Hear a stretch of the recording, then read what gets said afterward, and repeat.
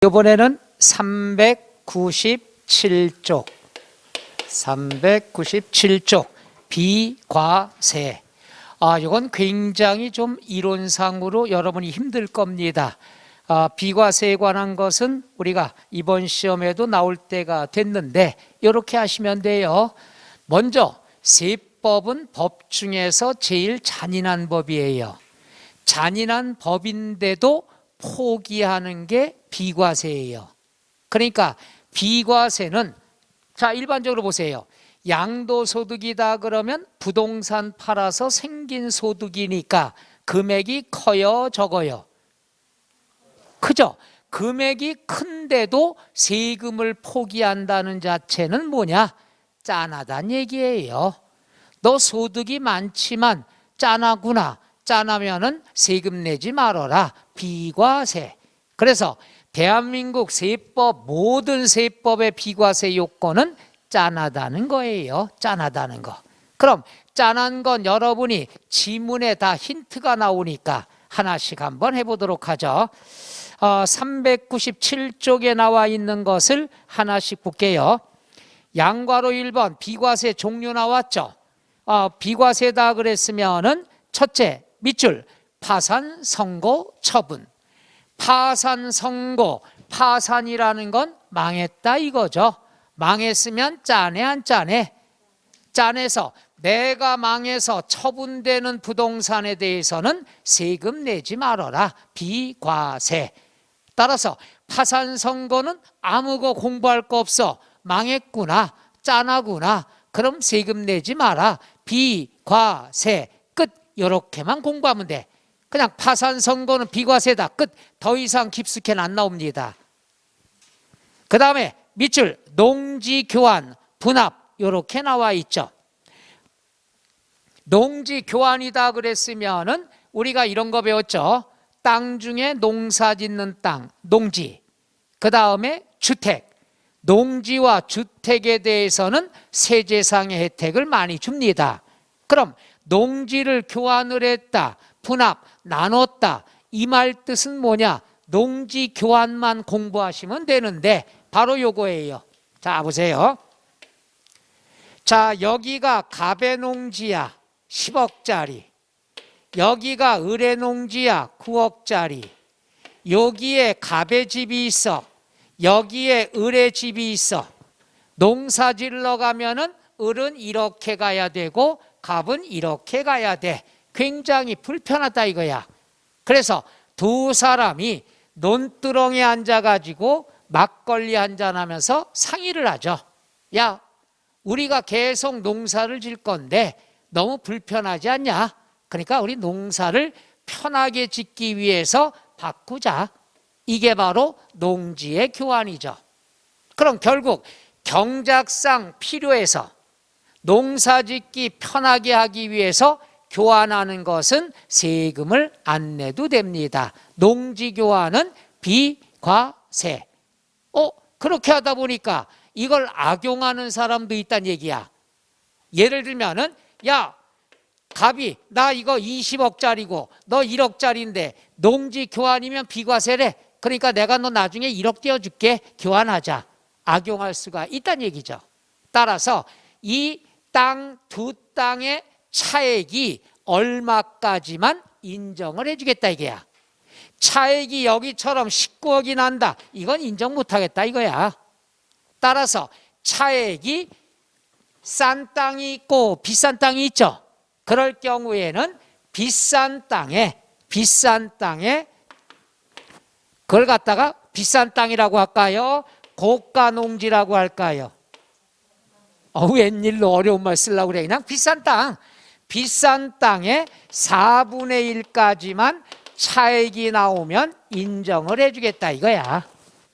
그러니까 땅을, 농지를 교환하는데 그 가격이 비싼 땅의 4분의 1까지만 차익이 나오면 인정을 해주겠다 이거야. 그럼 해볼게요. 자, 10억이 비싸요? 9억이 비싸요? 10억. 그러면 10억에 대해서 4분의 1만 차액 나오면 돼. 그럼 얼마가 될까요? 2억 5천이 나오겠죠. 그러니까 2억 5천까지만 차익이 나오면 이거 정상적인 거래로 인정해 주겠다 이게야. 4분의 1만 찾으면 돼요. 간단해. 그 다음에 두 번째 실지 차익을 계산해. 실지 차익은 어떻게 될까? 10억에서 9억을 빼주면 얼마 남어? 1억이 나오겠죠. 두 가지 계산할 수 있나요? 오케이? 그러면 따져봐. 차익이 얼마까지 나오면 인정해 준다? 2억 5천, 2.5억. 근데 실제로 차익이 얼마 나왔어? 그럼 이거 정당의 비정상이야? 정상이죠? 정상이니까 비과세 해주겠다 이거예요. 말 이해가나? 그래서 여기 나와 있는 대로 비싼 땅의 4분의 1만 나오면 돼. 이해가셔? 그래서 여기 무조건 이건 계산 문제도 나온 적 있습니다. 이론도 그렇고 해서 비싼 농지 교환이 나왔다. 먼저 비싼 땅의 4분의 1 계산해. 2.5억이 나왔다. 그러면 요까지는 차익이 나와도 인정을 해주겠다. 근데 마침 차익이 1억이야. 이럴 경우에는 정상적인 교환으로 인정해서 비과세 해준다는 얘기죠. 이해가셔? 자, 그런데 먹튀를 막기 위해서 서로 교환을 했으면 교환 후 3년 이상 농지 소재지에 거주하면서 3년을 채워야 돼. 교환한 다음에. 그래야 비과세 혜택을 주겠다 이거야. 그런데 3년 이상 농사를 지어야 되는데 우리가 한 치 앞도 모르는 게 인생이죠. 따라서 우리가 수용을 당했어. 교환을 했는데 1년 있다가 수용당했어. 수용이라 그러면 내 뜻대로 하는 게 아니죠. 정부 정책이죠. 그럼 수용의 뜻이 뭐야? 수용.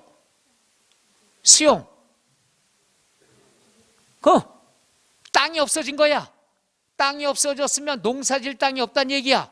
그럼 3년 채울 수 있어 없어? 내 마음대로 안 채우는 건 아니죠. 법에 의해서 그런 거지. 따라서 수용을 당했으면은 3년 이상 농사진 걸로 인정을 해주겠다는 얘기야. 비과세 해준다 이게야. 농사질 땅이 없으니까. 두 번째는 사망을 했어. 갑이 교환한 다음에 1년 있다 사망을 했어. 그럼 사망을 하면 사람은 없어지지만 땅은 남아있는다는 얘기죠. 말 이해가요? 그럼 사망은 사람은 없어졌지만 땅은 남았어. 그럼 이 땅은 누군가가 상속받을 거 아니야. 그럼 상속받을 사람이 여기 내려와서 3년을 채워야 된다 이거야. 말 이해가요? 그러니까 두 가지를 어떻게 이해하면 돼? 수용, 땅 뺏겼어. 그럼 농사질 땅이 없어. 그럼 그걸로 퉁 인정해 주는 거야. 근데 사망을 했어. 사망을 했으면 사람은 없어졌지만 땅은 남아있는다는 얘기죠. 땅은 남아있으니까 누군가 상속인이 내려와서 3년을 채워야 돼. 그러니까 아버지 갑이 1년 있다 사망했어. 교환 후. 그럼 상속인은 2년 더 농사를 지어야 비과세 해준다는 얘기예요. 여기까지가 농지교환의 계산 문제나 이론 문제나 끝나게 되는 것. 자, 그럼 나와 있는 거 밑줄 한번 쳐볼게요. 자, 농지의 교환은 동그라미 1번 밑줄. 차액이 가액이 큰 편에, 말이 어렵잖아. 그러니까 비싼 땅의 4분의 1 이하가 차액이 나오면 된다 이거지. 그게 어려우면 이렇게 생각하면 돼요. 비싼 땅의 4분의 1이 한도다. 실제로 차액이 계산되면 인정을 해주겠죠. 그 다음에 동그라미 2번 리을번. 경작상 필요에 의하여 교환하는 농지. 단 새로운 농지에서 이건 뭐냐? 교환 후 몇 년 이상 제촌 농어촌의 소재지에 내려와서 자기가 농사를 지어야 된다 이게야. 그러니까 교환 후 몇 년 이상 농지 소재지 내려와서 농사를 지어야 된다. 3년을 채워야 된다. 근데 거기에는 사망하고 수용이 안 나왔죠. 이건 기본서에서 하라고. 입문과정엔 안 해도 된다고 나왔지만 우리 중요한 건 다시 한다는 얘기죠. 미리부터. 그 옆에다가 쓰면은 뭘 쓸까요? 수용, 사망. 그렇게 써놓으면 되겠죠. 이 말 이해 가시나요? 그래서 이게 농지교환 전부야. 이것만 알면 돼. 계산 문제도 나온 적이 있고 이론 문제가 나온 적도 있다는 얘기죠. 농지교환. 정리할게요. 농지교환이다. 비싼 땅에 얼마? 4분의 1이 차액 나와야 돼. 실질 차액은 비싼 땅에서 싼 땅 빼주면 차익이 남는 거지. 그 다음 교환 후 몇 년 이상 농사를 지어야 된다? 3년 이상. 그 다음에 이제 제일로 별 표시해 놓으세요. 1세대 1주택 부수토지 나와 있죠. 여기다 별 표시를 하세요. 별 표시.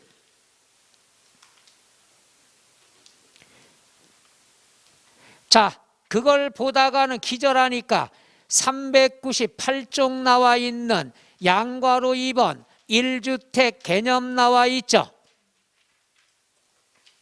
나왔습니까? 거기서부터 설명할게요. 이거예요. 1세대가 1주택을 보유하고 있다가 양도를 하게 되면 짠하죠. 왜? 1세대 한 가정이 집 하나 갖고 있다가 팔았어. 그럼 집 하나 있는데 팔았으면 무주택자가 되겠죠. 오죽하면 팔았겠느냐. 따라서 비과세가 된다. 여기서 알아둘 때 이겁니다. 1세대 1주택과 부수 토지의 양도. 요거 재산세에서 강조했습니다. 여기 보세요. 주택이라 함은 건물만 주택이 되는 게 아니라고 그랬죠. 들락날락할 수 있는 최소한의 땅, 출입할 수 있는 땅을 뭐라고 그런다? 부수 토지. 요거 재밌는 건 재산세에서는 부속 토지라는 용어를 써. 양도소득세에서는 부수 토지라는 용어를 씁니다. 부속이나 부수나 똑같은 거예요. 딸린 땅이란 얘기야. 그러면 부수 토지는 주택에 포함을 한다. 중요하다고 그랬죠. 그러니까 1세대 1주택만 비과세 되는 게 아니라 출입할 수 있는 최소한의 땅도 우리가 주택으로 본다는 것. 이게 바로 1세대 1주택 부수토지의 양도. 그럼 거기서 양괄호 2번 보세요. 1주택 개념이라고 나와 있죠. 동그라미 2번 밑줄. 공동소유주택은 공동소유자 각자의 1주택으로 한다. 공동소유하면 각자의 1주택으로 한다. 이게 입문과정에선 좀 어려울 텐데 요거예요. 집이 있는데 갑, 을, 병 이렇게 돼 있어. 공동명이야. 그러면 각각의 1주택으로 보는 거예요. 만약에 갑의 명의로 단독주택이 또 하나 있다. 그러면 갑은 1세대 몇 주택이 되는 거죠? 2주택이 된다. 그러니까 공동소유주택은 각각의 주택으로 본다. 이론상으로 나옵니다. 계산상으로는 없어. 그 다음에 4번의 밑줄 겸용주택. 겸용주택이다 그러면 거기서 손댈 게 있어요. 개정된 게 반영이 안 됐네요. 내년부터는 박스 위에 주택면적과 주택면적이 기타면적이라는 건 상가를 얘기하죠. 크면은 전부주택으로 본다고 그랬죠. 이게 내년부터 2022년 1월 1일부터 개정됐어요. 주택의 면적이 커도 따로. 그러니까 여기서 한번 설명해 드릴게. 잘 보셔요. 따끈따끈한 거니까. 미리 설명 다 해드렸었는데 다 잊어먹었나 봐. 겸용이다 그랬으면은 뭐예요? 주거용하고 상가를 같이 사용하는. 그러니까 상가주택 개념이 되겠죠. 여기에 주거용이 50이다. 50제곱미터. 상가가 50제곱미터다. 서로 같죠? 서로 같으면은 따로 얘만 주택이야. 그러니까 아주 간단해요. 개정된 것도. 여기가 주거용이 50이다. 상가가 70이다. 상가가 크죠? 그래도 주거용만 주택이에요. 같거나 적어도 주택이야. 그냥 주택은 주택이라고. 그 다음에 보면은 요거죠. 요게 개정된 거야. 주거용이 50이야. 상가가 40이야. 주거용이 크죠? 그럼 올해까지는 전부 주택이야.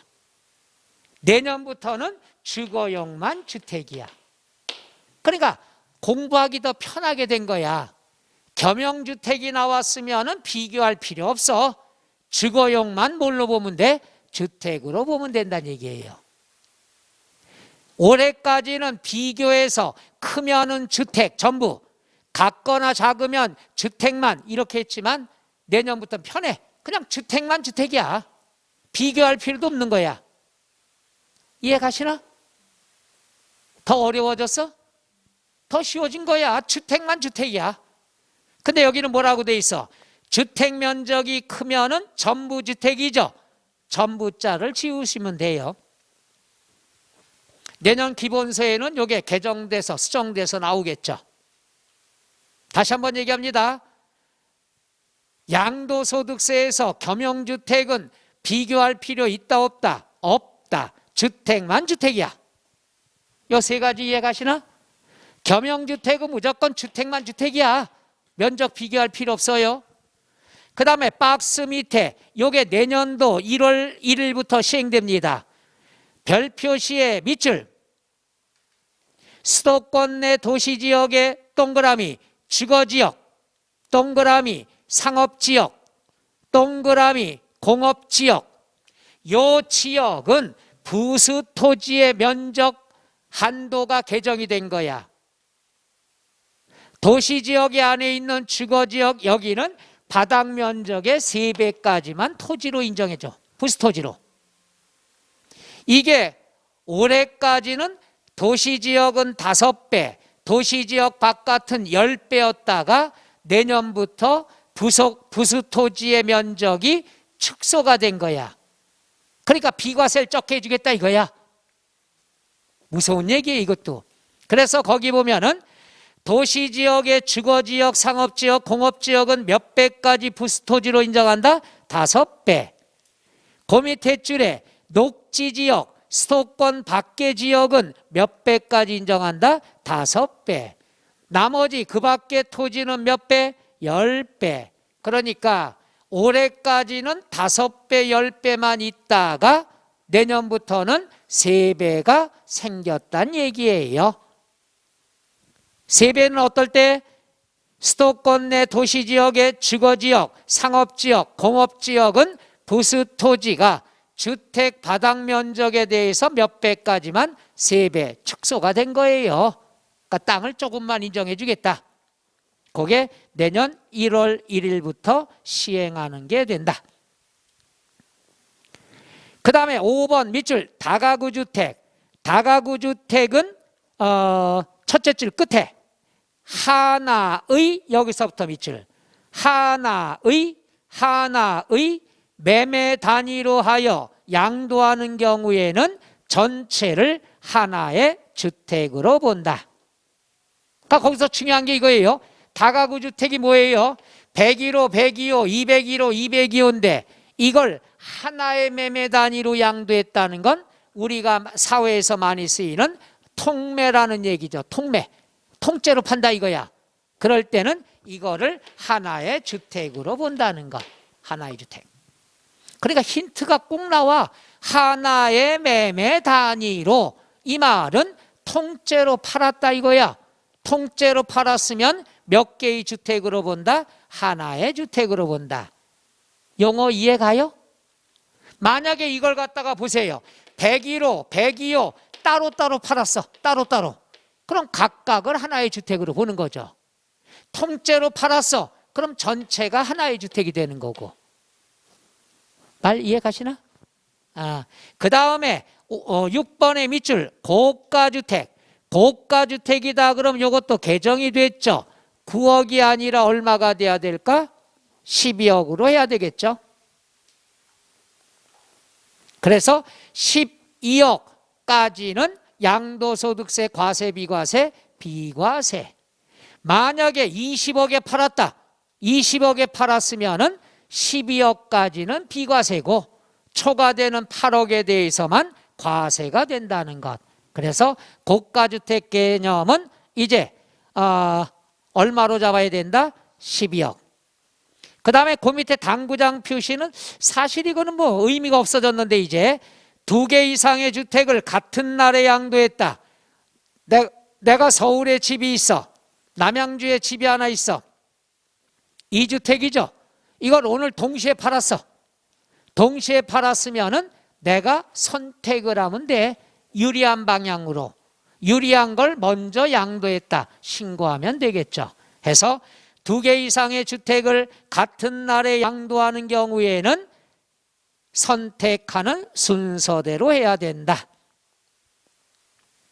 그 다음에 양과로 3번 1주택 예외라고 나와 있죠. 1주택 예외다 그랬으면은 일단 이거 동그라미 2번 보세요. 동그라미 2번. 자, 요거는 우리가 종합부동산세에서도 양도랑 똑같습니다 했습니다. 보세요. 우리가 남자가 집이 하나 있어. 여자가 집이 하나 있어. 결혼을 했어. 그럼 같은 집에 살겠죠? 그럼 1세대 몇 주택이 돼?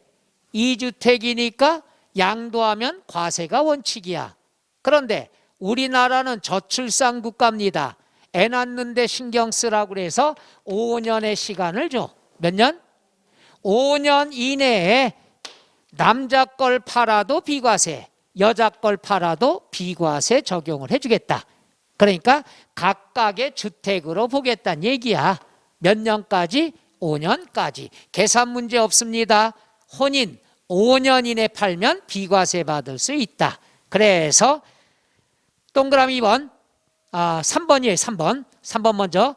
1주택 보유자가 1주택 보유자와 동그라미 혼인함으로써 1세대 2주택이 됐으면 혼인한 날부터 몇 년 이내 양도하면 된다?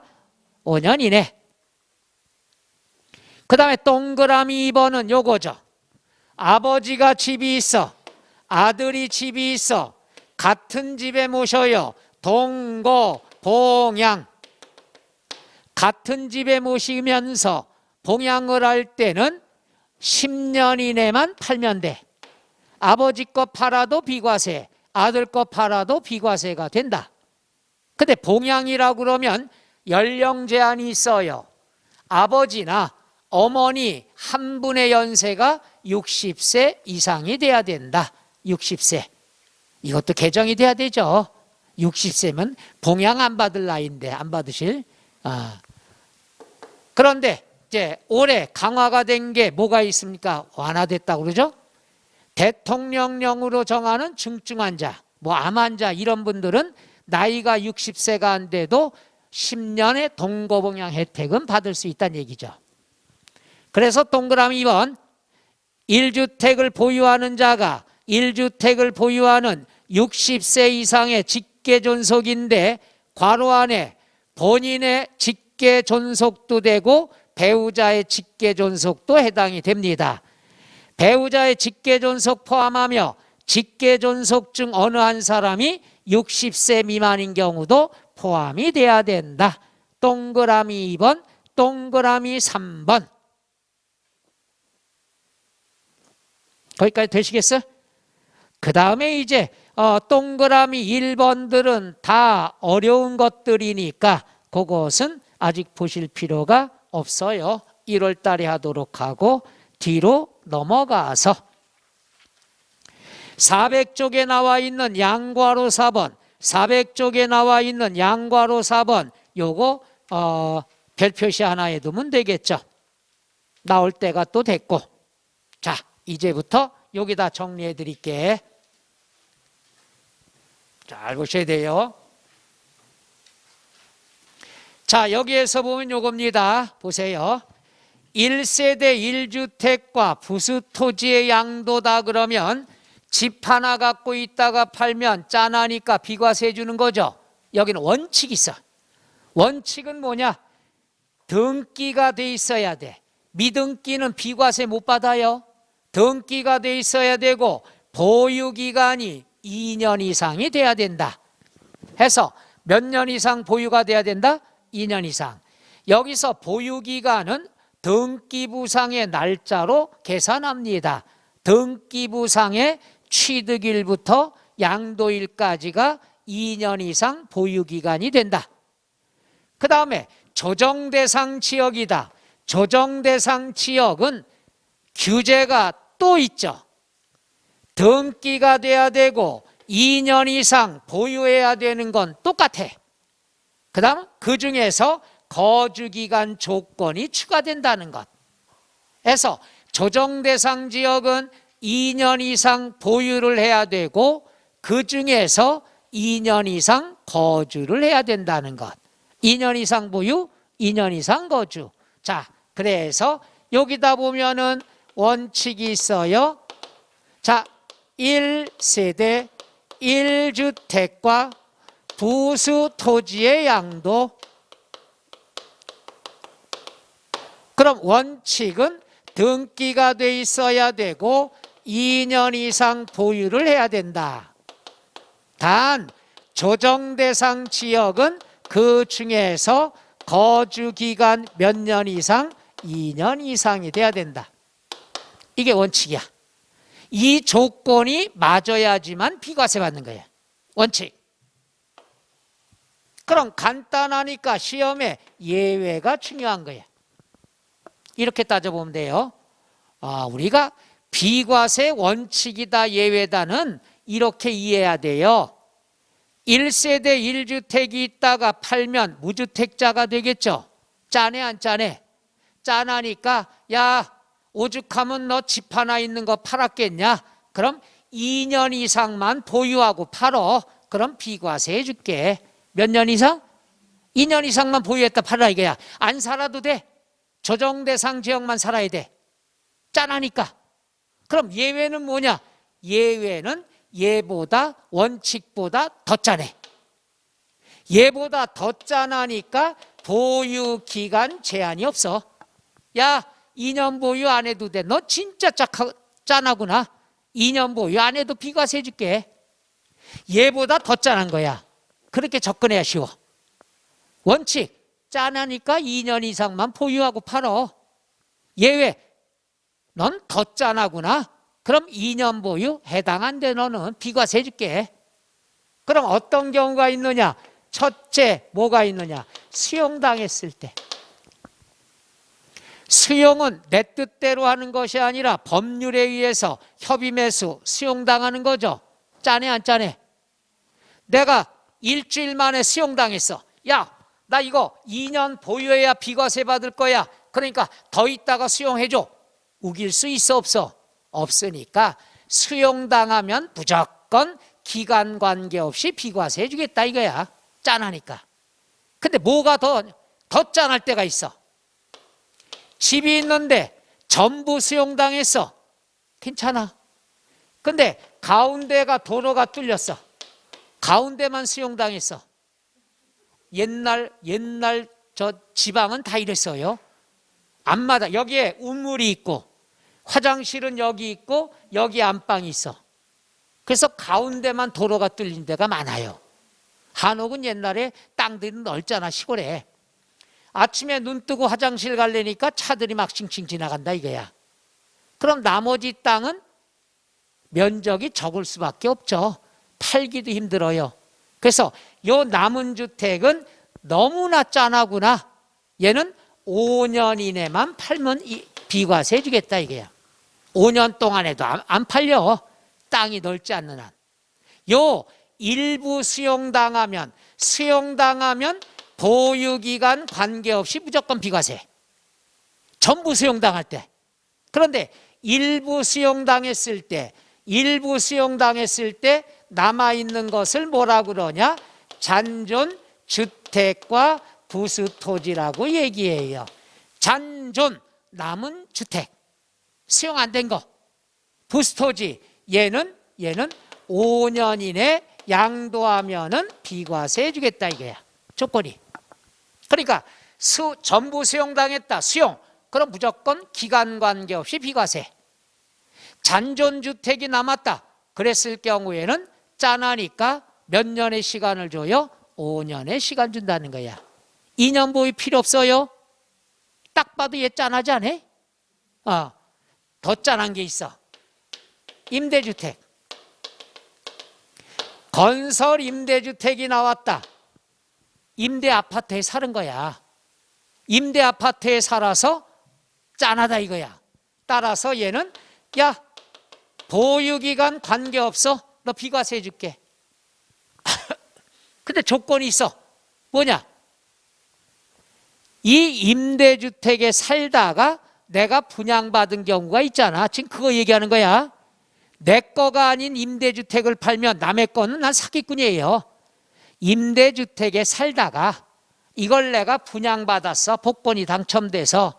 그런 다음 팔 때는 보유기간 관계없이 비과세 해주겠다 이게야. 임대 아파트에 살면 고생했으니까.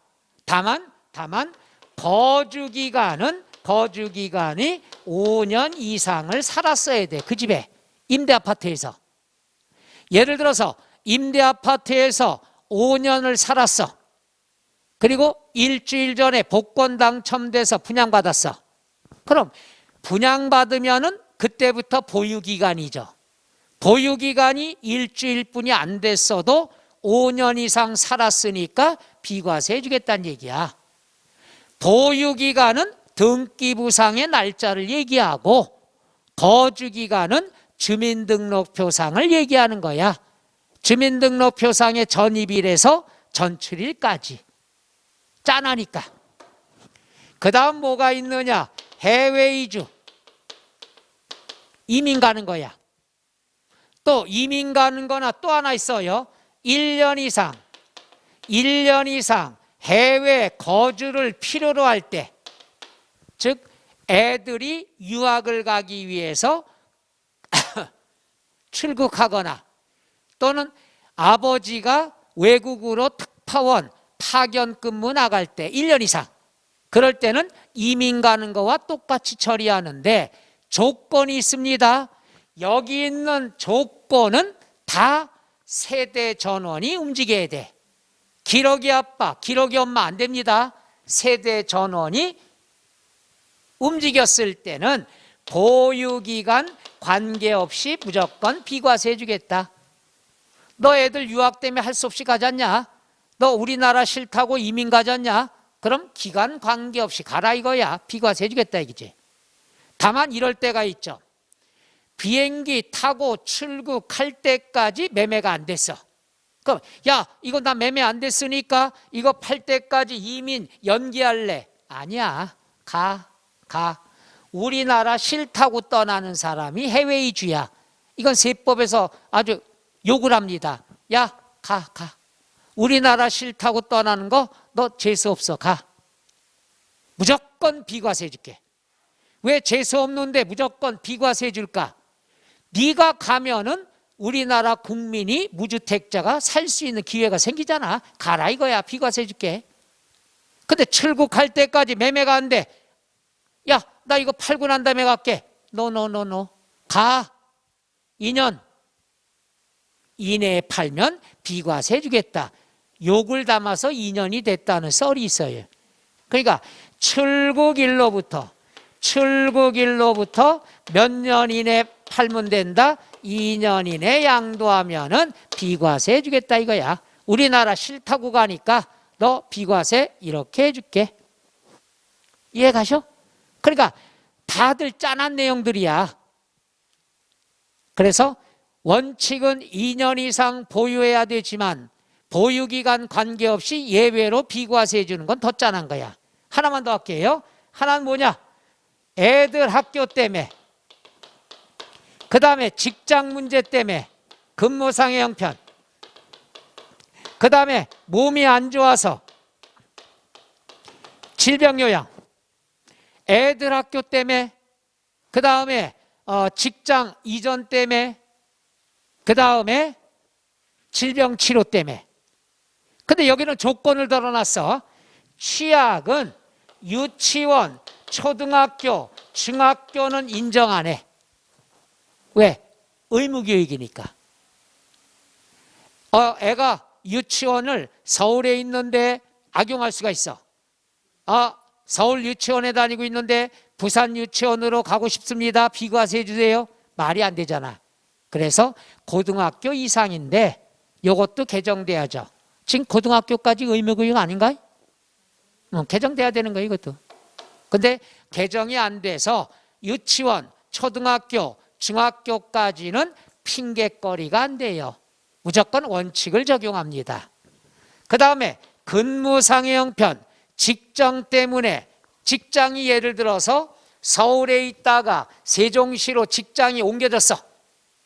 이건 증빙하기가 쉽죠. 왜? 재직증명서 띄우면 되니까. 그럼 회사의 주소가 나타나잖아. 그런데 사업상의 형편은 안 된다. 사업상이라는 건 뭐냐? 악용할 수가 있죠. 내가 서울에 가게 차리고 있다가 이걸 비과세 혜택 받으려고, 야, 나 서울 사무실을 갔다가 가게를 부산으로 이전했어. 비과세 해줘.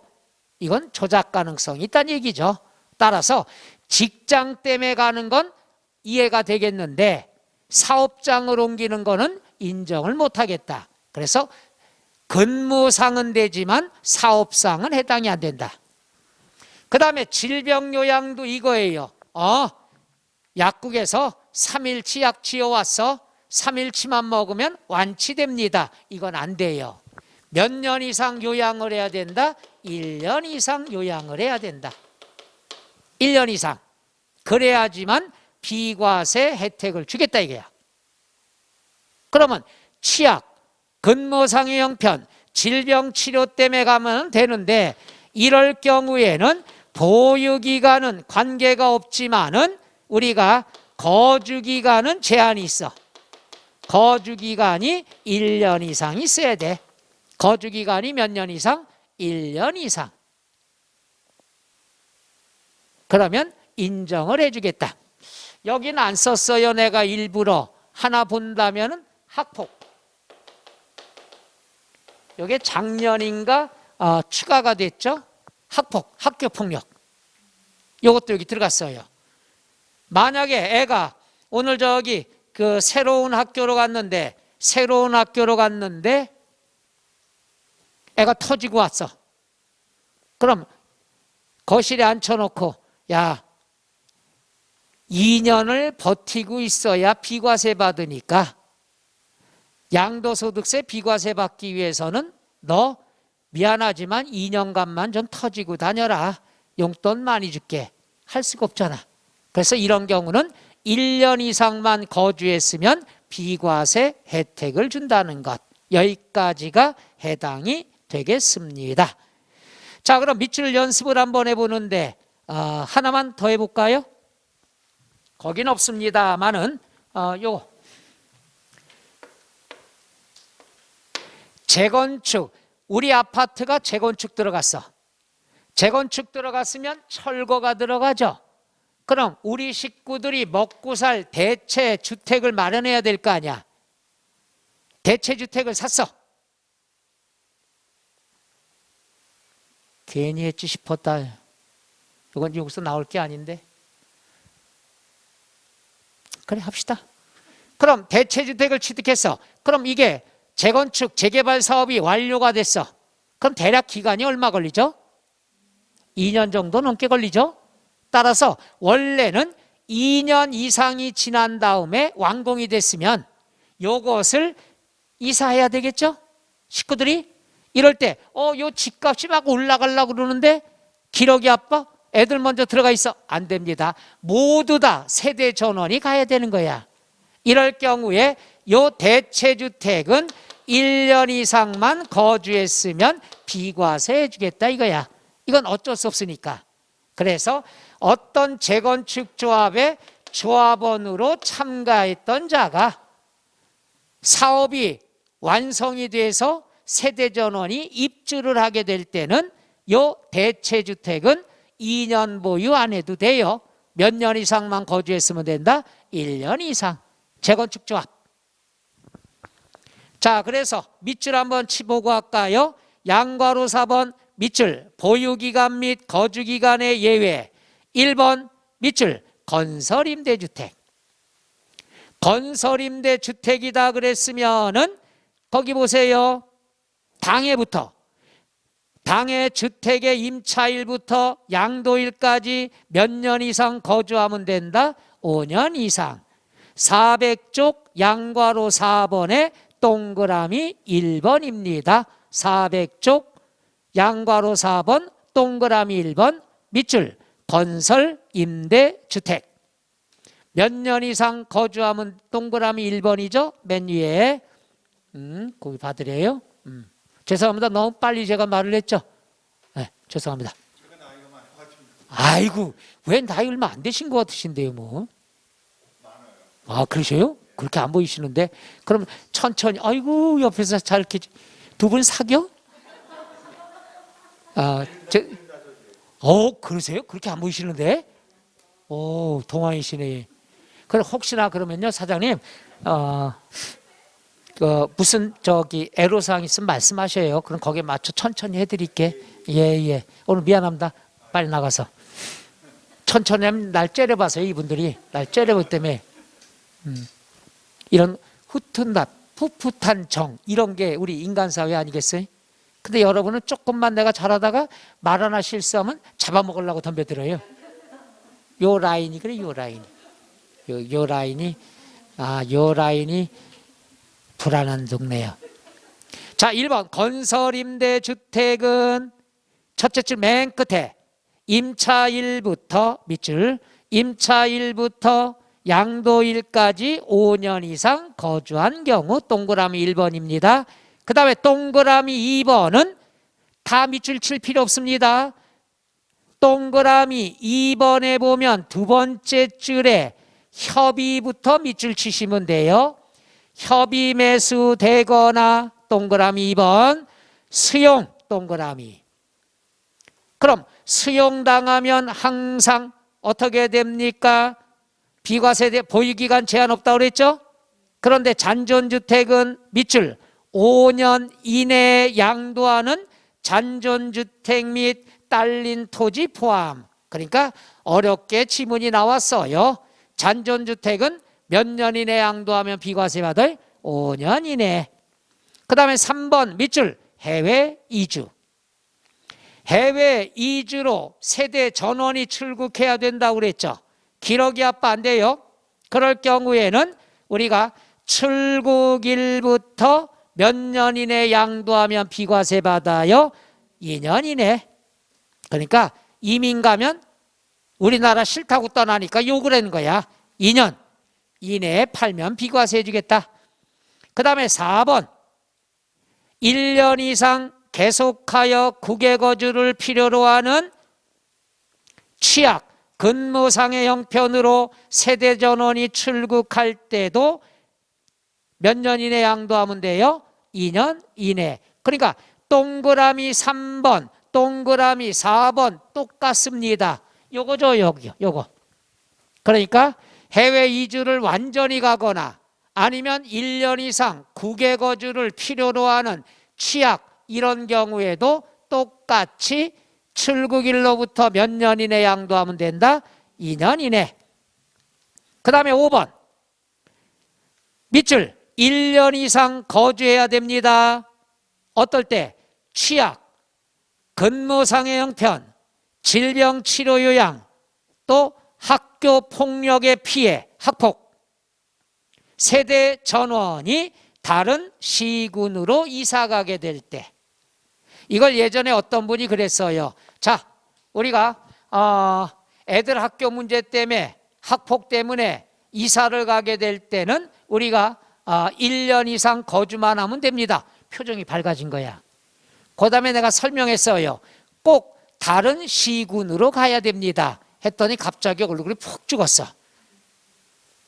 잔머리 쓰셨다가 들켰다는 얘기야. 그래서 세대 전원이 다른 시나 군으로 이사를 갈 때만 혜택을 주는 겁니다. 그 다음에 당구장 표시 나왔죠. 사업상 형편은 X. 사업상 형편은 예외 혜택이 있다 없다? 없다.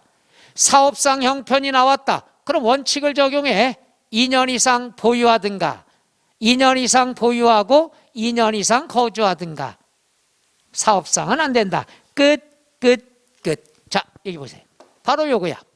그래서 우리가 본다면은 원칙이 있고 예외가 있는데, 원칙은 2년 이상 보유가 돼야 되지만 예외는 보유기간 제한이 있다 없다? 없다. 왜? 얘보다 더 짠하니까. 짠한 경우는 야, 보유기간 2년 안 돼도 돼, 비과세 해줄게, 이렇게 들어가는 거죠. 말 이해 가시겠어요? 그 다음에 혼인은 몇 년 이내 팔면 된다? 5년. 동거봉양은 10년. 그거 알아두면 되겠죠. 그 다음에 6번의 양도 시기부터 뒤에 나와 있는 거는 입문과정에 할 내용이 아닙니다. 뒤에 나와 있는 것은 남겨놨다가 기본서 할 때 차근차근히 우리가 강의를 나가도록 할 겁니다. 오케이? 그래서 오늘 양도소득세 중에 꼭 내년에 나올 만한 것들이 세 가지를 배웠습니다. 첫째, 과세 대상. 몇 개 있다고 그랬죠? 6가지. 그 다음, 양도로 보냐, 보지 않느냐. 그 다음에 양도소득세 비과세 중에서 파산선고, 농지교환, 1세대 1주택, 부수토지의 양도, 이 비과세까지 세 가지가 너무나 중요한 거라서 오늘 해드렸습니다. 뭐 어차피 잊어먹으실 테니까 지금 이 양도소득세는 몇 월 달에 배울 거냐? 2월 달에 배웁니다. 1월 달에는 뭘 배워요? 조세총론 앞부분. 그 다음 취득세, 등록면허세, 이런 재산세. 그 다음에 2월 달에 재산세 뒤에 종부세, 양도소득세 이렇게 배울 겁니다. 그래서 기본서에서는 양도소득세를 갖다가 8시간을 잡을 거예요. 8시간. 좀 여러분이 잘하면 10시간을 잡고, 그래서 양도소득세 비중을 좀 크게 할 겁니다. 그래서 나올 만한 것들, 어려운 것은 시간 배열을 좀 더 해드리고, 그 다음에 이건 간단한 거다 그러면 짧은 시간 내에 정리해서 설명해드리고, 이런 식으로 할까 합니다. 괜찮겠어요? 자, 이렇게 해서 2021년도 입문과정은 6강을 이렇게 끝냈습니다. 그래서 처음부터 양도소득세까지 다뤄봤지만 결코 기초만 배운 게 아니라는 것. 이번 시험에 중요한 것들을, 어려운 것들을 다 했습니다. 어때? 해보니까는 해볼 만해요? 많이 어려워요? 공부 안 해. 이래도 도리도리 저래도 도리도리 나보고 어떡하라고. 그러니까 조금이라도 해보신 분은 해볼 만한 거고, 아예 다른 공부에 신경 썼으면 어려운 거고. 근데 이런 건 알아요? 새해부터도 여러분이 잘해, 그럼 여러분이 잘한 거야. 여러분이 못해, 다 내가 강의를 바보같이 한 거예요. 그렇게 내년 10달을 보내겠습니다. 아예 그렇게 해야 내가 마음이 편해. 그러니까 여러분이 못한 건 여러분이 잘못한 게 아니라 누가 잘못했다? 아예 눈으로 나를 대놓고 지적하네. 내가 잘못한 거다. 이렇게 진행을 하면 되고, 이제 1월부터 여러분이 처음부터 정리를 잘 하셔야 됩니다. 책도 두껍고 할 거니까. 근데 책은 이렇게 두꺼울 필요는 없는데. 자, 그래서 올해 강의는 여기까지 하도록 하시고요. 사장님은 내년부터 열심히 잘 하시면 돼요. 앞에서부터. 이건 이제 안 보셔도 돼. 네, 그렇게 해나가시면 되고, 천천히 이렇게 할게요. 요거로 설명해 드리고 그 다음에 교재 보고 밑줄 쳐 드릴게요. 연세 그렇게 되신 줄 전혀. 옆에서 잘 모셔드려요. 어이구, 그 사람 진짜 사회 처신 죄송스럽습니다만 잘하시는 거예요. 아예 그게 팔아버리니까요. 막강한 부담감이 들겠어. 자, 오늘 여기까지 하고요. 그 다음에 새해 복들 많이 받으시고요. 내년에 봐요. 한 살 더 드시고. 자, 오늘 여기까지 하죠. 수고하셨습니다.